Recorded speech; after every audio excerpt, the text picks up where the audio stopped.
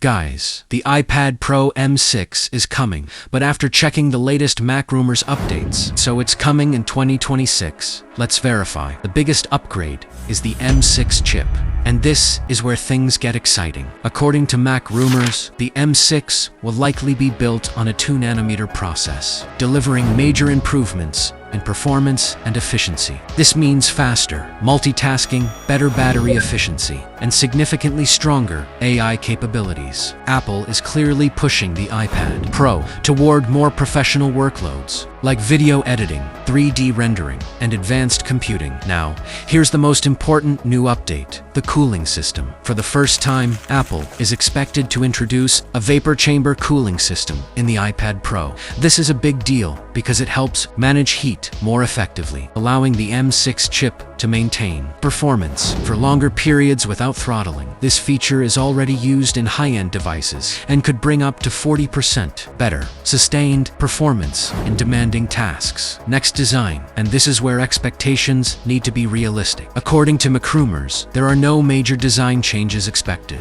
Apple already redesigned the iPad Pro in 2024 with OLED displays and a thinner body, so the M6 version will likely keep the same look. This means the focus is entirely on internal upgrades rather than appearance. Now, let's talk about the display, because many people expect upgrades here, but the reality is different. The iPad Pro already uses high-end OLED panels, and there are no strong leaks suggesting a major display change for M6. Any improvements will likely be minor, such as better efficiency or slightly improved brightness, not a complete overhaul. Performance-wise, this iPad is expected to become even more powerful. But here's the reality check: hardware is already ahead of software. Even today, the iPad Pro has more power than most users need, and the limitation is often iPad OS, not hardware. So, while the M6 will be faster, the real impact will depend on how Apple improves software features